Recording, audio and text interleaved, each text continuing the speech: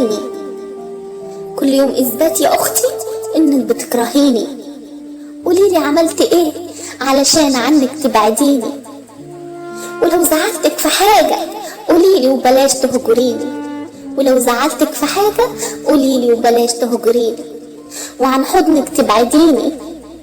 اخدت مني موقف فجأة، لكن صعب بجد المفاجأة انك تقوليلي بعدي عني بدون سبب تكرهيني، مع اني